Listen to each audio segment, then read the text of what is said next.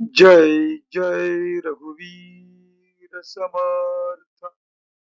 जय जय रघुवीर समर्थ। जय जय रघुवीर समर्थ। उपस्थित श्रोतृवर्गाला चैतन्य आत्मन या चॅनलचा हार्दिक नमस्कार। आपणा सर्वांचे आजच्या या ग्रंथ वाचनाच्या उपक्रमात अगदी मनापासून स्वागत। आजचा ग्रंथ वाचनाचा आपला दिवस क्रमांक 210, तारीख आहे 29 जुलै 2026 व वार आहे बुधवार। ग्रंथ वाचनाच्या या उपक्रमात सध्या आपण समर्थ श्री रामदास स्वामी लिखित सार्थ श्री दासबोध या ग्रंथाचे क्रमशः वाचन करीत आहोत। तेव्हा आजच्या वाचनाची सुरुवात आपण नेहमीप्रमाणे समर्थ श्री रामदास स्वामी यांना गुरुवंदना अर्पण करून करूया। गुरुर ब्रह्मा गुरुर विष्णू गुरुर देवो महेश्वरः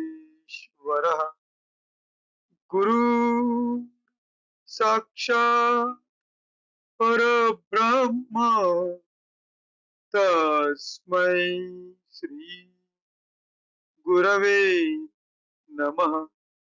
तस्मै श्री गुरवे नमः।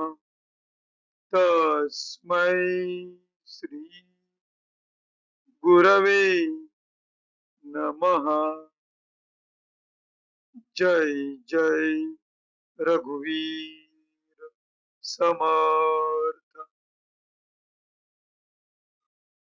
आता आपण सार्थ श्री दासबोध या ग्रंथाच्या श्रवणाच्या फलश्रुतीचे वाचन करूया।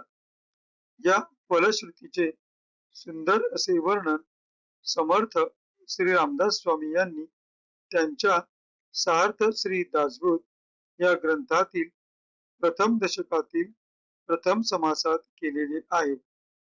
या फलश्रुतीचे वाचन करण्यास आता आपण सुरुवात करीत आहोत।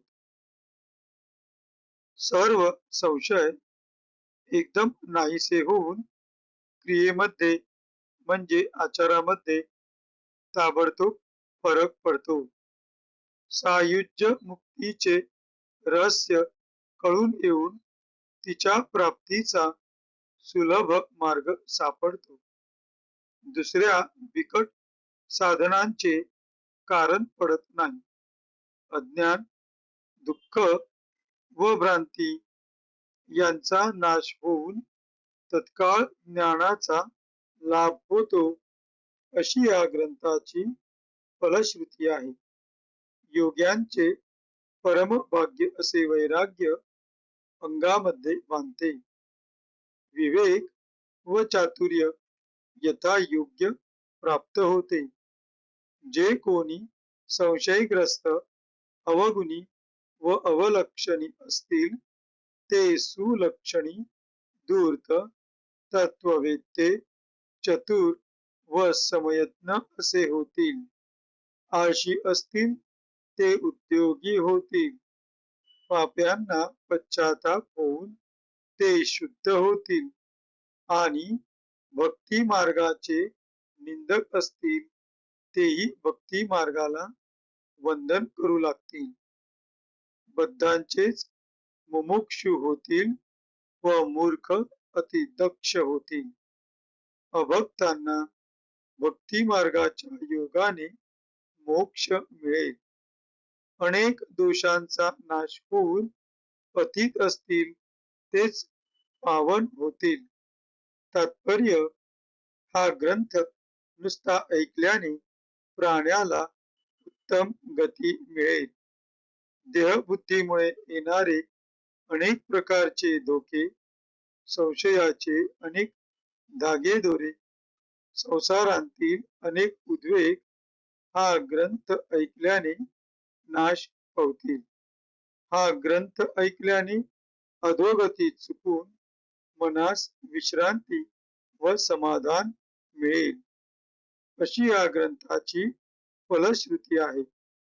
ज्याचा भावार्थ जसा असेल तसे त्याला फळ मिळेल. जय जय रघुवीर समर्थ. आता आपण सार्थ श्री दासबोध या ग्रंथाच्या क्रमशः वाचनास सुरुवात करीत आहोत. सध्या आपण या ग्रंथातील देव शोधनाचा या 6व्या दशकातील ब्रह्म निरूपण या 4थ्या समासाचे क्रमशः वाचन करीत आहोत. मागील भागात आपण ओवी क्रमांक 11 ते ओवी क्रमांक 20 या 10 ओव्यांचे त्यांच्या मराठीतील अर्थासहित वाचन केले होते. आज आपण त्यापुढील ओवी क्रमांक 21 ते ओवी क्रमांक 24 या 4 ओव्यांचे त्यांच्या मराठीतील अर्थासहित वाचन करणार आहोत. ओवी क्रमांक 24 ही या समासाची शेवटची ओवी असल्या कारणाने आज आपण 24व्या ओवीपर्यंतच वाचन करणार आहोत. आपणासमोर जे पृष्ठ दिसत आहे त्या पृष्ठातील शेवटून 4थी ओळ तो निर्गुण निराकार या शब्दांनी 21व्या ओवीस प्रारंभ होतोय, तर तेथूनच आपण आजच्या ग्रंथ वाचनास सुरुवात करूया. तो निर्गुण निराकार, तेथे नाही उत्पत्ती संहार, स्थानमानाचा विचार कैलीकडे. नावरूप स्थानमान हा तो अवघाची अनुमान, तथापि होईल निदान ब्रह्म प्रळयी. ब्रह्म प्रळया वेगळे, ब्रह्म नामरूपा निराळे, ब्रह्म कोणी एका काळे, जैसे तैसे. करीती ब्रह्म निरूपण, जाणती ब्रह्म संपूर्ण, तेची जाणावे ब्राह्मण ब्रह्मविद. इति श्री दासबोधे गुरु शिष्य संवादे ब्रह्म निरूपण नाम समास चतुर्थ. जय जय रघुवीर समर्थ. आता ह्या 4 ओव्यांचा मराठीतील अनुवाद आपण पाहू.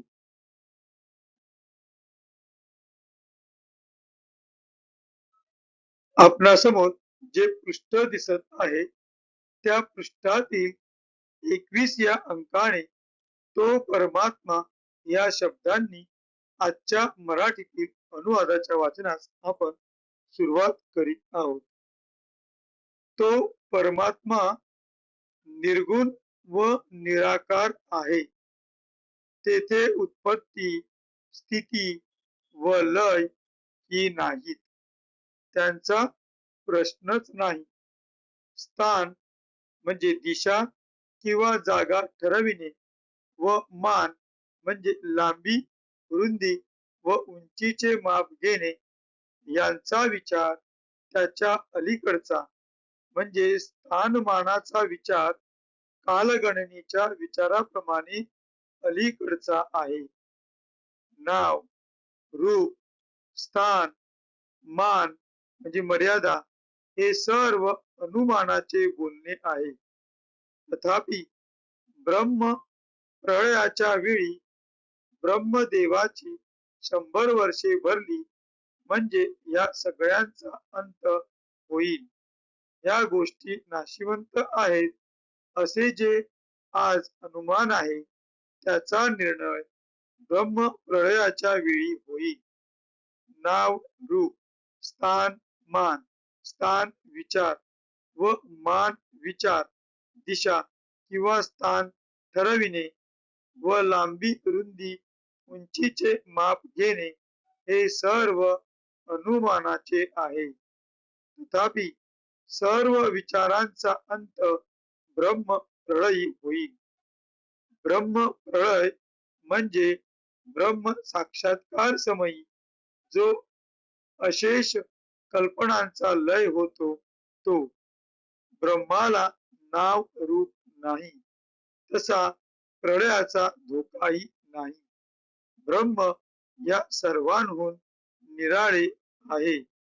कोणत्याही काळी ब्रह्म जसेच्या तसेच असते. ब्रह्म सर्व काळी एक रसात्मकच आहे.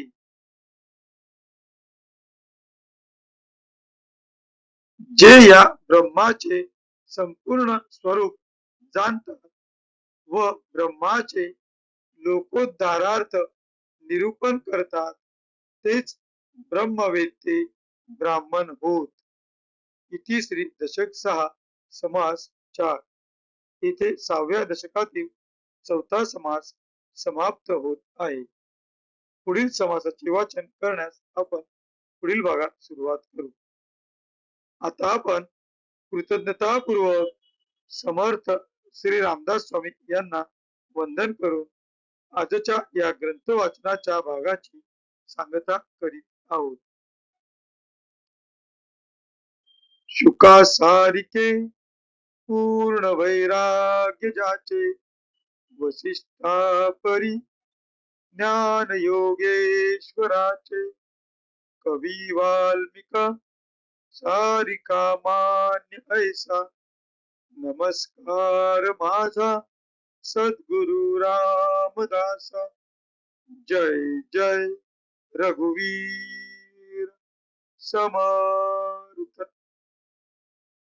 उपस्थित श्रोतेजन हो, आपणा सर्वांना खूप खूप धन्यवाद आणि आपला मौल्यवान वेळ काढून आपण या ग्रंथ वाचनाच्या भागास उपस्थिती लावली याबद्दल आपणा सर्वांचे अनेक आभार. भेटू पुढल्या भागात. जय जय रघुवीर समर्थ.